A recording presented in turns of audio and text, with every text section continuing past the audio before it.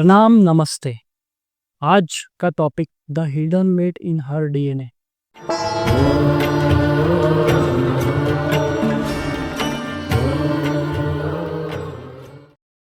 औरत जिस वेट को अपने कंधों पर उठाती है उतना वो उठाना चाहती ही नहीं थी। और सबसे अजीब बात यह है कि इससे आधे से ज़्यादा वेट उसका खुद का है ही नहीं। साइंस ने भी अब ये कंफर्म किया है कि every women carries 14 generation worth of emotional memory in her DNA. Fear, loss, suffrage, desires, broken motherhood, unexpressed grief, silence, feminine power, ये सब जेनेटिक कोड के थ्रू पास होता है। इसको कई स्पिरिचुअल वर्ड में, साइकोलॉजिकल वर्ड में और कई जगह पे अलग अलग नाम है, पर ये एक्चुअली मदर लाइन का कर्मा होता है। She is not weak but she is carrying a family she never met. What exactly sits inside her DNA. जब एक गर्ल बॉर्न होती है तो वो सिर्फ फिजिकल बॉडी लेकर नहीं आती।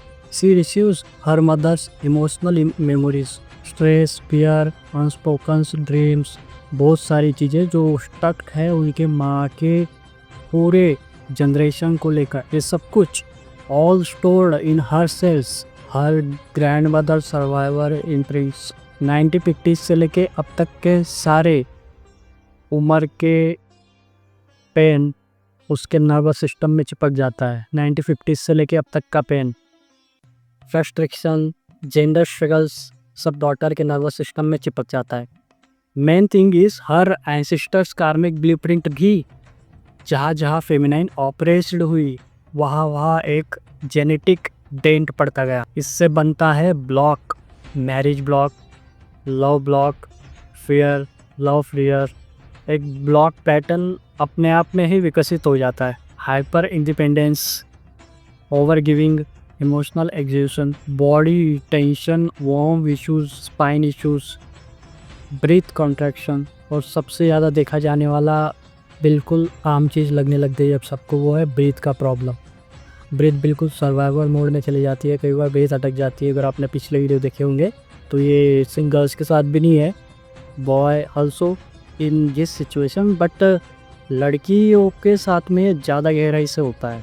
चाहे लड़की कितना भी कोशिश करे सामने वाले को अपने आप को जीता दिखाने की कि वो जी रही है, वो लिविंग में है, चाहे कोई भी इवेंट हो, लेकिन उसका डीएनए कभी ये चीज़ को एक्सेप्ट नहीं करेगा क्योंकि सारा स्ट्रक्चर उसी के डीएनए में सेट है। She reacting to events she never lived but her DNA remember everything. The silent trauma woman are born into. एक वुमन का nervous system already pre loaded होता है कि तुम सेफ नहीं हो, कि तुम लड़की हो, love will cost you, motherhood जिसमें सिर्फ सैक्रिफाइस की है, man bring instability, survival first, self later. और ये बिलीफ्स चाइल्डहुड में नहीं बनते या फिर पैदा होते होते बड़े होते होते नहीं बनते। ये सारे बिलीफ्स उसके पेट में, उसके कोप में, उसके वॉर्म में पहले से एक्टिव होते हैं। आज के टाइम में जितने भी गर्ल्स हैं उनमें ये पैटर्न दिखाई देते हैं ज़्यादा कि सी wants love but her body rejects it. यानी माइंड तो बता देगा, हृदय भी बता देगा कि I want a part her, but body बोलेगी नहीं, इट्स डेंजर। फिर होता क्या, इससे सारा ओवरथिंक बढ़ते जाता है। She overthinks everything. DNA is in permanent scanning mode. She chooses emotionally unavailable man because her system is wired for familiar pain, not healthy love. She feels tired without reason because she is carrying generations of unprocessed emotional load. Then marriage thought give her anxiety. फिर breathe stage सॉलो। फिर body अपने आप में protecting mode में आ जाती है। फिर body के साथ नर्वस सिस्टम भी आ जाता है कि नर्वस सिस्टम के साथ इमोशनल तो होना ही है, कि माइंड तो ऐसे भी माइंड की धज्जियाँ उड़ जानी। ये सब सिम्टम उसके खुद के होते ही नहीं है, ये एंसेस्ट्रल कोडिंग होती है। अच्छा, फिर व्हाट इज़ फेमिनाइन कार्मिक वाउंड। फेमिनाइन कार्मिक वाउंड वो कलेक्टिव पेन जो हमेशा पतिचर्या ने दिया, पतिव्रता बन के जो छोटी छोटी वास ने दिया। कई बार घर में ही पॉलिटिक्स घटती है, सास के थ्रू, आसपास की औरतों के थ्रू, कलेश के थ्रू, हमेशा बचपन से अनसक इन्वायरमेंट्स ने भी दिया है। दबाने वाली सप्रेस फेमिनाइन वॉइस ने दिया। दूसरे पलड़े में ब्रोकन रिलेशनशिप्स ने भी दिया, लॉस ऑफ फ्रीडम ने भी दिया, अनएक्सप्रेस्ड सेक्सुअलिटी ने भी दिया और फोर्स रिस्पॉन्सिबिलिटीज़ ने भी दिया। और ये वॉन्ड सिर्फ एक औरत का नहीं होता, ये सारे फुल फेमिनाइन कहानी से होके होते एक फ्लो में आता रहता है। She carries the karma of womens who never got to speak. How this wound gets transferred. Layer पहला डीएनए के थ्रू होता है। इमोशनल ट्रॉमा डायरेक्ट जीन्स के ऑन ऑफ को कंट्रोल करने की हिम्मत रखता है, फर्स्ट लेयर। सेकेंड लेयर है जो इम्प्रिंट्स पड़ जाती है, जो पेट में ही इम्प्रिंट्स पड़ जाती है वॉर्म के थ्रू। जिस इमोशनल ट्रेस में या फिर जिस फैमिली के इन्वायरमेंट में मदर प्रेग्नेंट थी, वो डायरेक्टली बेबी के एमेगडाला, उसकी जो वेगस नर्व है उसमें डायरेक्टली स्टोर होता रहता है। और लेयर 3 एनर्जेटिक कोडिंग अपने आप हो जाती है। खास करके मदर डॉटर का ये कनेक्शन ज़्यादा ही 100 से 200% जुड़ा हुआ रहता है। अनकट एनर्जेटिक थ्रेड्स में इमोशनल एनर्जी हमेशा बहती रहती है। इमोशनल मेमोरीज जब बहती ही रहेगी हमेशा, तो वो बच्ची के माँ से तो जुड़ा है, फिर माँ भी उसकी माँ से जुड़ी है, फिर ये धीरे करते करते माँ परनानी परनानी परनानी करते करते चलते जाता है। सेम थिंग दादी से भी जुड़ता है। ऐसे सारे जनरेशन का वजन, भार, बोझ अपने छाती पे लेके चलने वाली लड़की होती है। यानी एक तरह से देखा जाए तो womens don't learn the trauma, वो इसे एब्जॉर्ब करती है। So why her souls agree to this. Finally spiritual side से इसका कंसेप्ट अच्छा है। खुद आत्मा चुनती है। Difficult cases, wounded families, heavy mother lines, suppressed environments, क्योंकि वो आई होती है to break the cycle, to transmute the pain, to heal the lineage, to activate feminine power again. इसलिए the girl who suffers the most in the one who came to end the suffering. Same चीज़ man के souls को भी लागू होती है, boys के souls को भी लागू होती है। जो सबसे ज़्यादा उनके ख़ानदान में, परिवार में सबसे ज़्यादा मोस्ट हैवी लेवल के चीज़ों को अकेले में पचा सकता है, सफ़र करता है, वो उनके पूरे ख़ानदान के पूर्वजों को भी अपने आप में उद्धार करता है। इसलिए शास्त्रों और पुराणों में ये सारे साइंटिफिकली नॉलेज पहले ही दिया गया है कि ऐसे परिवार में, ऐसे ख़ानदान में अगर ऐसा कोई सोल पैदा हो रहा है जो कि सेल्फ रियलाइजेशन के मार्ग में आगे बढ़ रहा है, या फिर अवेकनिंग के थ्रू अपने सेल्फ रियलाइजेशन के थ्रू अपने सेल्फ में रह के जी रहा है, वो उसके साथ पुष्टों को उद्धार करता है जिनके पूर्वज पहले से अंधे थे, जो कि अपना लोड, अपने डीएनए, अपने जीन्स को बर्बाद करके गए। उनके घर में ऐसे आत्मा का पैदा होना अपने आप में उन सबके ऊपर एहसान होता है जो पहले से उनको तकलीफ दे ही रही होती है, लेकिन फिर भी बकायदा वो अकेला या फिर अकेली उस पूरे घराने में, खानदान में सब पे भारी पड़ती है, क्योंकि उसकी एलर्जी के पीछे ये अंधे जो पूर्वज रहे होंगे, इनके दादा दादी, दादी परदादी, परदादा, परनानी परनाना, इनके सारे पूर्वज 14-25 हजारों होती है जो भी, वो भी उस सोल को प्रोटेक्ट करती है इन खुद के बच्चों के द्वारा। ये मेरा पर्सनल एक्सपीरियंस भी है। इसलिए जो सोल सबसे ज़्यादा अपने परिवार में समझ रही होगी कि वो ज़्यादा अच्छी है या फिर ज़्यादा पाक है, निर्मल है, सात्विक है, फलाना है, ढिमकाना है, ज़्यादा अच्छे होने के डोंग में नहीं जाना। You suffer the most because उनके सारे घराने का, खानदाने का सफ़र करने का ही सारा डीएनए का फ्लो आप तोड़ रहे हो, और ज़रूरत नहीं है उन पे एहसान करने की। खुद के ही सोल को जैसे ही आप अपने आप को एक्टिव करने की कोशिश करते हो, उसी जागरण में इनके सारे पूर्वज का अपने आप उद्धार होता रहता है।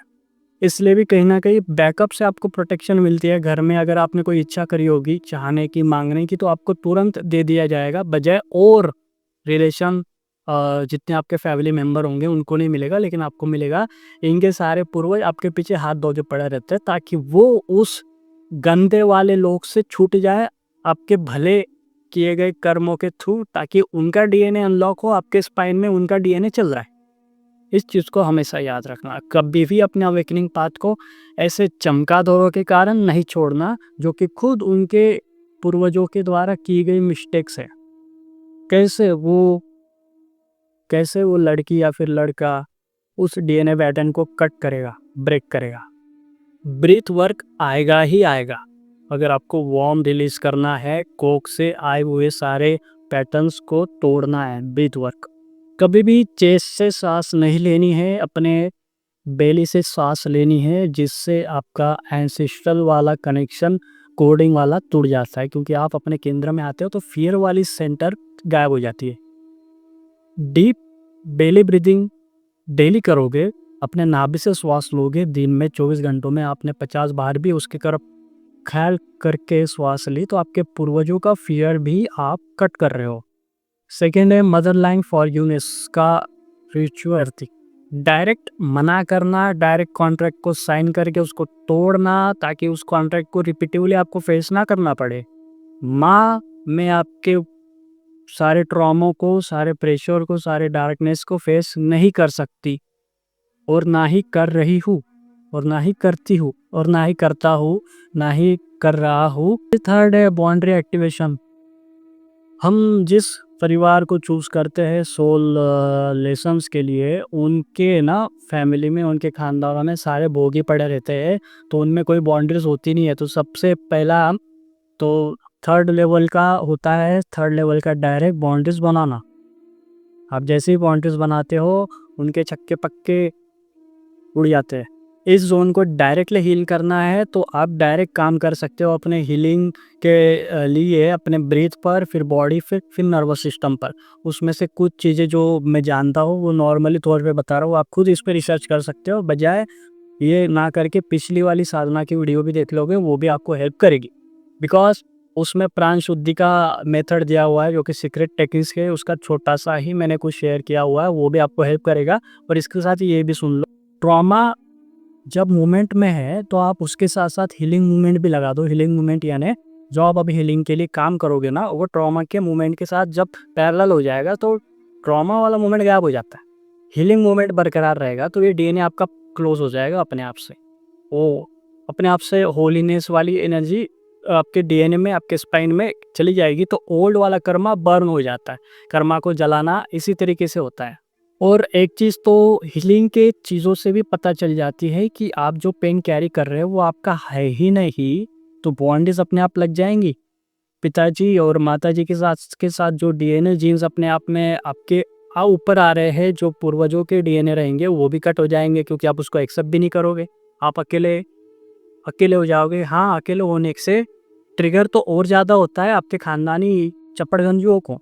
फिर भी बैंगन होते हैं, कार्टून होते हैं करके छोड़ देने। गरम गुनगुने पानी से, सॉल्ट वाटर से आप नहा सकते हो। इससे आपका नर्वस सिस्टम और बॉडी में जो एनर्जी, डार्क एनर्जी होती है ना, वो चली जाती है और आप चार्ज हो जाते हो अपने आप में। अगर आप शाम में कर रहे हो ये चीज़ें, या फिर सुबह भी, इन सब चीज़ों को ग्राउंडिंग के लिए फॉलो करोगे तो नेगेटिविटी की जो एनर्जी होती है वो डिस्चार्ज हो जाती है। तो अभी सच्चाई हमने समझने की अगर कोशिश करी होगी तो हमें ये पता चलता है कि she was never broken, she was overloaded. यानी she doesn't need a fixings, she needs unloading, और he needs unloading. She or he is not weak. He or she carrying the her पूर्वजी खानदानी चपड़गंजुओं का डीएनए वाला भार। उसको छोड़ो सो सब कुछ मजबूत ही मजबूत। तो जितना मैंने इस सब्जेक्ट पर बताया और जितना मुझे समझ में आया, वो मेरी एक स्टडी के थ्रू मैंने ये वीडियो बनाया।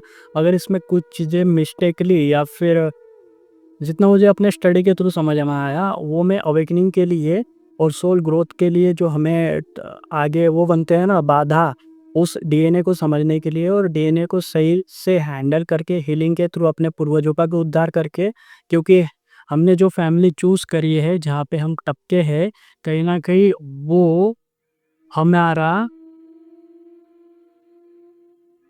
धन्यवादी तो होंगे, ताकि हम कहीं ना कहीं उनके लिए, उनके उद्धार का काम कर रहे हैं। भले ही उनके चपड़गंजू बच्चे हमारे पीछे पड़े हो, वो खुद अज्ञान में फंसे हुए हैं। हाँ, और एक चीज़ मैंने एक नोटिस करी है, जितना आप अवेकनिंग के थ्रू आगे बढ़ोगे, आपका डीएनए जितना ज़्यादा हीलिंग के थ्रू अपने आप को सॉलिट्यूड में, बाउंड्रीज में करके हील करेगा, आपका डीएनए अंडरग्राउंड होकर साधना करके ऊपर बढ़ाएगा, अपने आप इंट्यूशन बढ़ती है। आपको अपने आप पता चलता है कि आपको कितनी गुप्तता बरतनी है साधना के लिए। अपने आप से पता चलता है कि आपको किस किस से ये साधना छुपानी है।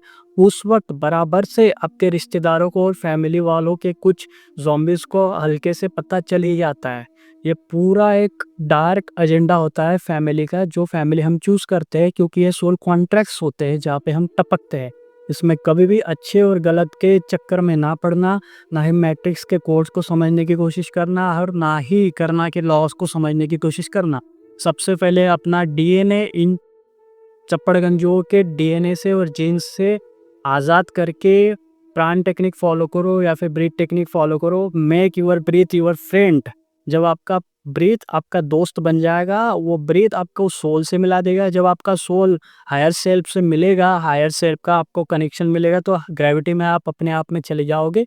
और ग्रेविटी यानी डिज़ायर वाली ग्रेविटी नहीं, हायर सेल्फ वाली ग्रेविटी। जब वहाँ पे पहुँचते हो तो आपके ख़ानदान वाले के मरे हुए जो पूर्वज होते हैं वो तक आपका धन्यवाद बोलने के लिए तड़पते हैं। इसीलिए ये सारा जिस फैमिली में जो सोल एक्टिवेट होती है और जो 2019 से 18 में जो सोल्स एक्टिवेट हुई है, उनके घर में ये इसलिए भी चल रहा होगा। चलो शुक्रिया, अगले वीडियो में मिलेंगे।